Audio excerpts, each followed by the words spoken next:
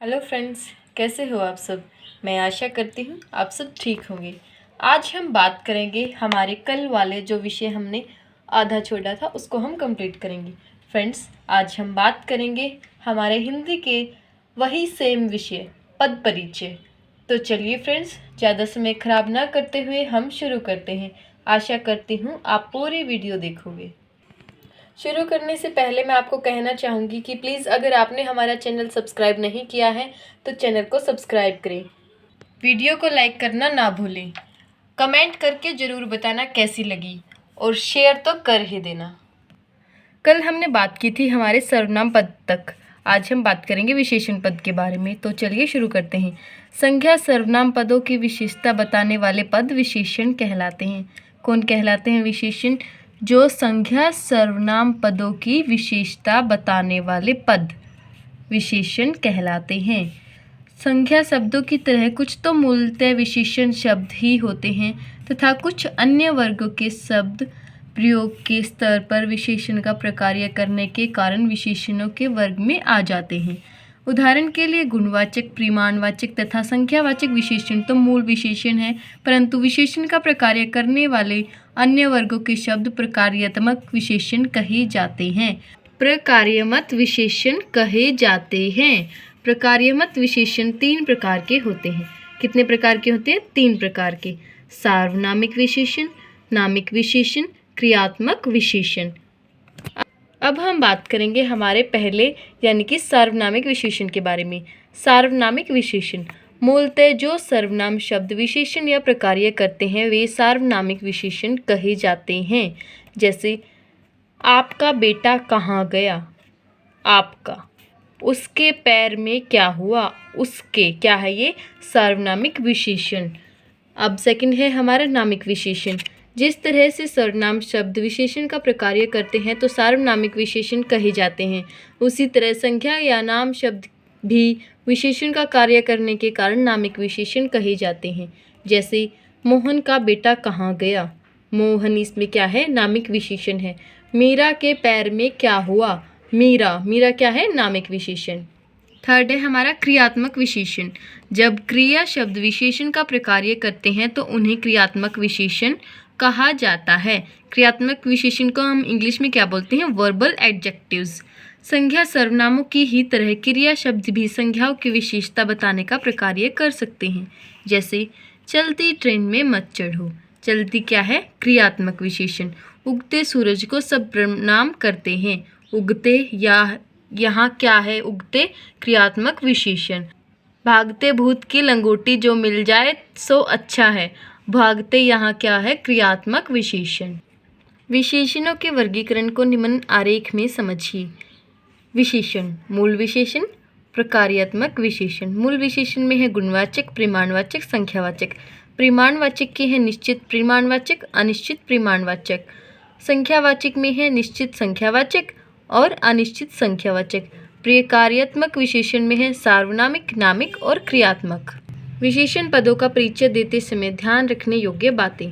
विशेषण मुख्यतः संज्ञा शब्दों के पहले प्रयुक्त होते हैं। मुख्यतः संज्ञा शब्दों के पहले प्रयुक्त होते हैं। जैसे बीमार बच्चा, पहले क्या प्रयोग हुआ है? बीमार। लाल गुलाब, अच्छा बच्चा, कुछ लोग आदि तथा संज्ञा पद के साथ लगकर संज्ञा पदबंध की रचना करते हैं। कभी कभी विशेषणों का प्रयोग पूरक के रूप में भी होता है। जैसे गुलाब लाल है, लाल है इसमें क्या है? पूरक के रूप में प्रयोग हुआ है लाल। साड़ी सुंदर है, बच्चा बीमार है, लड़की ईमानदार है। कुछ विशेषण पर पद अन्य विशेषणों की विशेषता बताते हैं, ऐसे विशेषण प्रविशेषण कहलाते हैं। जैसे भयानक जंगली जानवर, बहुत पुराना घर आदि। वाक्य में विशेषण पद संज्ञा पदबंध का हिस्सा होते हैं, अतः विशेषणों के लिंग वचन पद उनके विशेष संज्ञा पद के अनुसार तय किए जाते हैं। जैसे अच्छा लड़का, अच्छी लड़की। कुछ विशेषण ऐसे भी होते हैं जो लिंग वचन के अनुसार नहीं बदलते। जैसे सुंदर लड़का, सुंदर लड़के, सुंदर लड़की, सुंदर लड़कियां। ऐसी स्थिति में उनके विशेष्य का जो लिंग वचन होता है वही विशेषणों का लिंग वचन तय किया जाता है। नामिक तथा सार्वनामिक विशेषणों के उपभेद केवल जानकारी के लिए बताए गए हैं। पद परिचय देते समय उपभेदों की जानकारी देना अपेक्षित नहीं है, अतः कोई भी उपभेद हो केवल नामिक या सार्वनामिक विशेषण लिख सकते हैं। अब हम इसका उदाहरण देख के समझते हैं। छोटे बच्चे ने 1 लीटर दूध पी लिया। छोटे गुणवाचक विशेषण पुल्लिंग, एक वचन, बच्चा विशेष्य के गुण बताने का प्रकार्य। 1 लीटर निश्चित परिमाणवाचक विशेषण उभयलिंगी, एक वचन, दूध विशेष्य की मात्रा बताने का प्रकार्य। अब हम बात करेंगे क्रियापद के बारे में। क्रियापद जो शब्द किसी कार्य के होने या करने का बोध कराते हैं। जो शब्द किसी कार्य के होने या करने का बोध कराते हैं क्रिया शब्द कहलाते हैं, जैसे होना, करना, खाना, पीना, देना आदि। हिंदी में होना क्रिया वर्तमानिकालिक रूप है, हैं, हूँ, तथा भूतकालिक रूप है, था, थे, थी। जैसे यह किताब है, शीला डॉक्टर है, मैं बीमार हूँ, वह अध्यापक था, किताब मेज पर थी, वे दोनों चोर थे। कार्यकलाप बोधक क्रियाएं। मूल क्रिया, व्युत्पन्न क्रिया मूल क्रिया में है, अकर्मक, सकर्मक, सकर्मक में है, एक कर्मक, द्विकर्मक। व्युत्पन्न क्रियाएं में है संयुक्त, सामासिक, नामिक, मिश्र, प्रेरणार्थक, व्युत्पन्न, अकर्मक। प्रेरणार्थक में है प्रथम प्रेरणार्थक, द्वितीय प्रेरणार्थक। क्रिया के भेदों का संक्षिप्त विवरण। मूल क्रियाएं। अकर्मक क्रिया जो क्रिया कर्म की अपेक्षा नहीं करती अकर्मक कहलाती है, जैसे बच्चा घर गया। सकर्मक क्रिया जो क्रियाकर्म की अपेक्षा करती है कर्मक कहलाती है, जैसे पिताजी ने खाना खाया, माँ ने मिठाई बनाई। सकर्मक क्रिया के 2 उपभेद हैं, एककर्मक तथा द्विकर्मक। जो सकर्मक क्रिया केवल एक ही कर्म की अपेक्षा करती है एककर्मक क्रिया कहलाती है, जैसे पिताजी ने मुझको बुलाया। जो सकर्मक क्रिया 2 कर्मों की अपेक्षा करती है द्विकर्मक क्रिया कहलाती है, जैसे माँ ने बच्चों को मिठाई दी।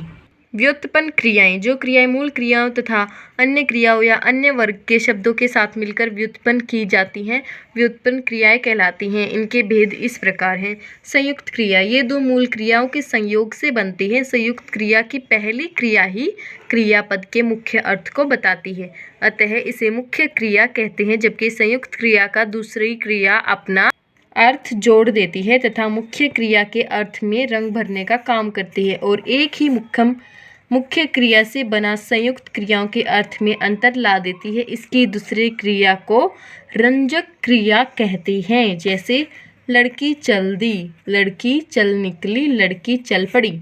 समासिक क्रिया 2 मूल क्रियाओं के द्वंद्व समास से बनती है तथा इसकी दोनों क्रियाओं अपना अपना अर्थ बनाए रखती हैं, जैसे आना जाना, खाना पीना, लेना देना, करना कराना, देखना दिखाना आदि। उदाहरण देखिए, बच्चा अब लिख पढ़ सकता है, वह उठ बैठ सकती है।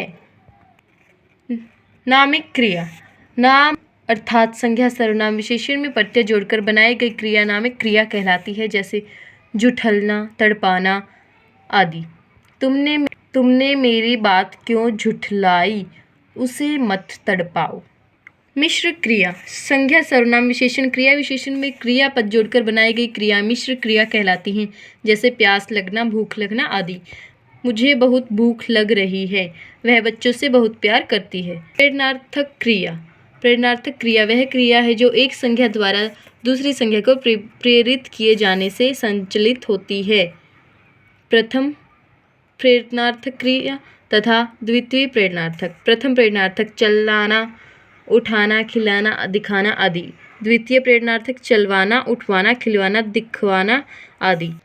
व्युत्पन्न अकर्मक क्रिया ये क्रियाएं देखने में अकर्मक क्रिया की तरह होती हैं, परंतु ये सकर्मक क्रियाओं से व्युत्पन्न की जाती हैं। इनकी पहचान है कि इनके वाक्यों में लौकिक कर्ता नहीं होता, केवल व्याकरणिक कर्ता होता है, जैसे हवा चल रही है, धूप निकल रही है आदि। क्रियापद के परिचय में निम्नलिखित सूचनाएं दें। क्रिया का भेद, यदि क्रिया घटित हुई है तो उसके काल एवं पक्ष की सूचना, यदि घटित नहीं हुए हैं तो उसकी वृत्ति की सूचना, यदि घटित नहीं हुए हैं तो उसकी वृत्ति की सूचना, वाच्य की सूचना, प्रयोग की सूचना। अब हम इसका उदाहरण देखते हैं। सब लोग घर गए हैं, गए अकर्मक क्रिया भूतकाल पूर्णकालिक पक्ष कृत्यवाचक कर्तरी प्रयोग। फ्रेंड्स, आप सभी ने वीडियो को ध्यान से देखा होगा, यह मेरी आशा है। आप सभी का बहुत बहुत धन्यवाद। Thank you so much. Please video पर कमेंट करके वीडियो को लाइक और शेयर ज़रूर करें, और प्लीज़ आप सबकी से विनती है कि चैनल को सब्सक्राइब करना ना भूलें। Thanks and have a nice day.